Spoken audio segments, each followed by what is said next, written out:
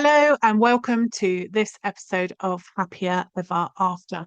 Today we're talking about therapy after loss, not therapy in theory, not therapy as an idea, but therapy as it's actually experienced by people who are grieving. Because for many people, therapy is suggested very quickly after loss, sometimes before they've even had the headspace to breathe. And yet, the experience of therapy after loss can be deeply mixed. Some people find it life saving, some people find it unhelpful. Some feel worse before they feel better.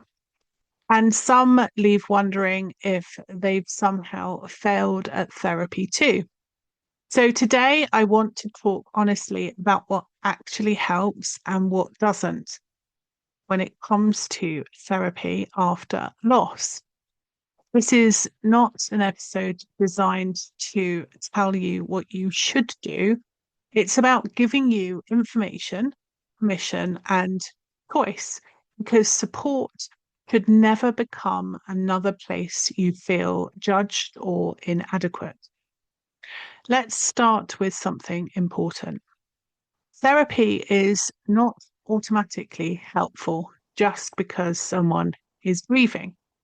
And that can be hard to hear, especially in a culture where therapy is often positioned as the answer to everything. The truth is, timing matters, fit matters, and approach matters.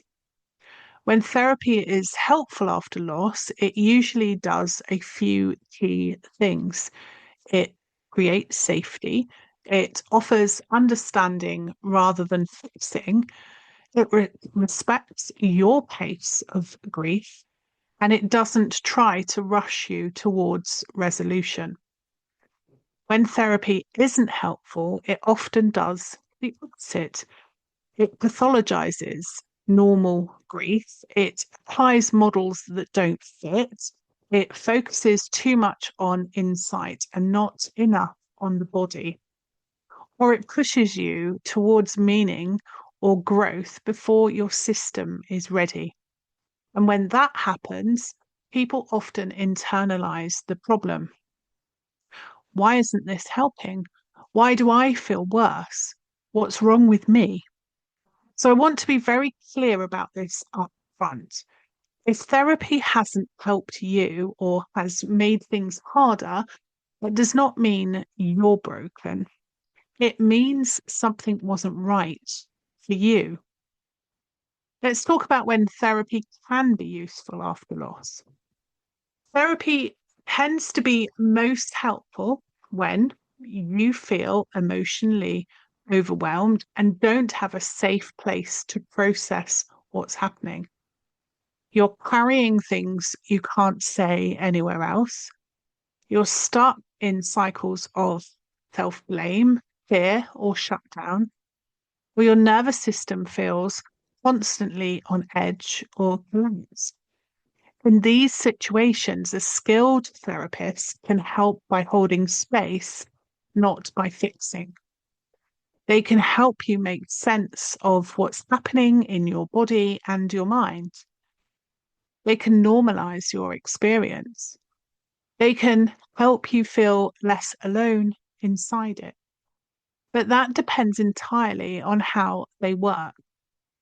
One of the biggest misunderstandings about therapy after loss is the idea that all therapy is the same, because it isn't. Different approaches work in very different ways, and not all of them are appropriate at all stages of grief. Some approaches are more cognitive, they focus on thoughts and beliefs and meaning making. These can be helpful later for some people, but they can feel deeply invalidating early on when the nervous system is still overwhelmed.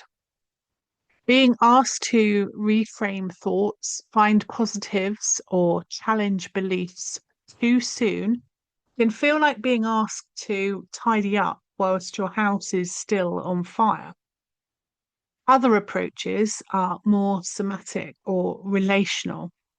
They focus on safety and regulation, connection, and pacing. These approaches often work more gently with grief because they recognize that loss is not just something to think about, it's something the body has experienced. Neither approach is inherently better. What matters is fit with where you are, fit with how you process, fit with what your system needs right now. And this is where many people get caught out. They assume that if therapy feels wrong, the problem must be with them.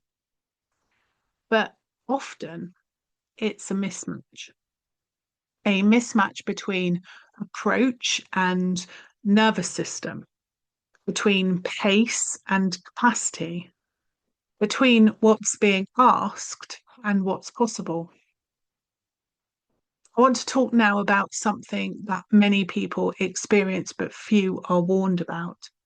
Why some people feel worse before they feel better in therapy. This can happen for a few reasons.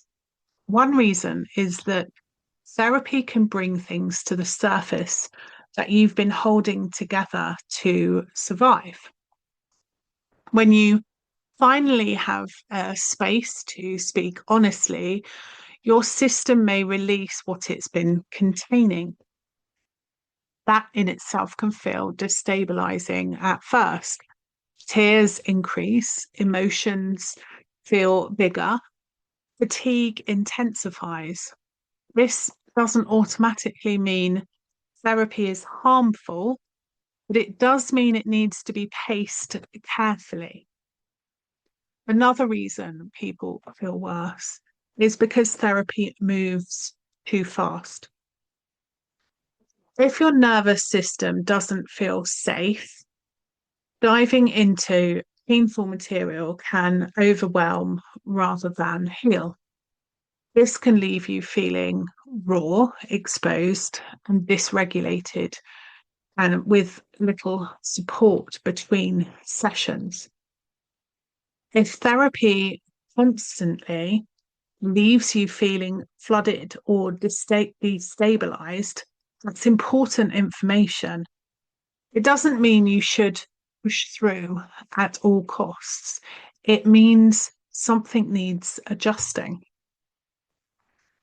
Another reason therapy can make people feel worse is when grief is subtly treated as a problem to solve. When the focus is on getting over it, moving on, or finding closure, these ideas can be deeply painful for someone who is grieving because grief isn't a task to complete, it's a relationship that has changed form. If therapy doesn't honor that, it can feel like another place where your experience is being minimized. I also want to say something important about choice. You are allowed to say no to therapy. You are allowed to pause therapy. You are allowed to change therapist. You are allowed to decide what kind of support you want. Engaging with therapy is not a moral obligation, it's a personal choice. And choosing not to engage or choosing something else does not mean you're avoiding grief. It means you're listening to yourself. Sometimes other forms of support are more appropriate. Community, peer support, coaching, body-based work, time, space. There is no single right path. I also want to address something that can carry a lot of shame. If you've been in therapy for a long time and feel that you're not better, healing after loss is not linear. Therapy is not a guarantee of outcome, and staying with grief longer than others expect does not mean that you're stuck. It may simply mean you're doing deep, slow, integrative work. The question is not how long you've been in therapy. The question is whether it feels supportive, respectful, and aligned. Here are some gentle questions you might ask yourself. Do I feel safe with this person? Do I feel listened to rather than managed? Do I feel pressured to be different than I am? Do I leave sessions feeling more grounded over time, even if emotions arise? If the answer to those questions is consistently no, something may need to change. And that is not a failure, it's self trust. I want to say something else very clearly. Therapy is not the place where grief disappears, it's a place where grief can be held. And that distinction matters. If you go into therapy expecting it to take pain away, disappointment is almost inevitable. But if you go into therapy expecting support and understanding and accompaniment, it may feel very different. And finally, I want to say this. You are not required to heal on someone else's terms. Not a therapist, not a friend's, not society's. You get to decide what support looks like for you. And that decision can change over time. If, as you're listening to this, you feel relief, confusion, or even frustration, pause for a moment. Notice the sensations in your body, notice your breath, notice what you're allowed to take. You're allowed to absorb what is right for you. You're allowed to take this slowly. Therapy can be helpful. It can also be unhelpful, and neither experience defines you. What matters is that you have support that honors your grief, not one that tries to outpace it. If you'd like gentle support as you navigate life after loss, you can explore the Happier Ever After Hub at happiercoach.com/happier-ever-after. You are not failing if therapy hasn't helped. You are not resistant if you're cautious. You are allowed to choose what supports you. Thank you for being here with me today. I'll be with you again in the next episode.